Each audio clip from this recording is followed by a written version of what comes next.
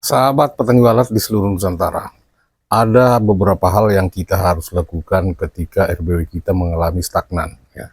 Stagnan itu di mana perkembangan RBW kita itu tidak mengalami penambahan, ya, bahkan cenderung menurun. Ya.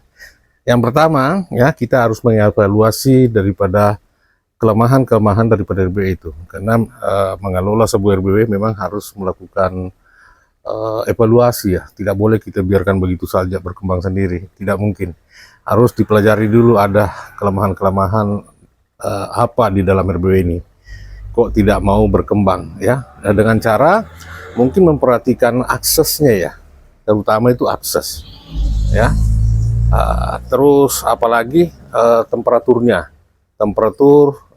kelembaban dalam rumah walet itu, ya. Temperatur di kisaran 26 derajat Celcius sampai dengan 29 derajat Celcius itu pada lantai bawah. Sementara kelembabannya 80% sampai 95% lantai bawah, ya.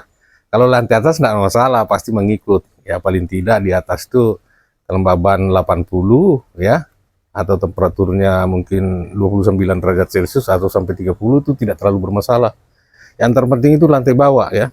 Karena bagaimanapun kita tidak bisa meratakan temperatur dalam gedung walet itu, ya. Nah, terutama misalnya dari lantai 1 mau disamakan lantai 3 tidak mungkin, karena semakin ke atas lantai itu semakin panas. Nah, terus apalagi, ya, kita bisa memperhatikan jangan-jangan ada predator dalam RBW itu. Nah, itu salah satu juga bisa mempengaruhi RBW kita stagnan, ya. Terus apalagi, ya, kita bisa melihat kondisi perkembangan RBW di samping kiri kanan kita, mungkin semakin marak, semakin banyak, sehingga itu bisa mempengaruhi perkembangan, bisa stagnan, tidak bergerak. Tapi itu saya kira tidak bisa kita gimana, ya, tidak bisa kita usahakan supaya bagaimana supaya orang tidak membangun rumah walet, tidak mungkin, ya. Artinya, ya, kita jalani aja prosesnya. Yang terpenting marak RBW kita punya fasilitas diperbaiki, jangan kita diam-diam saja.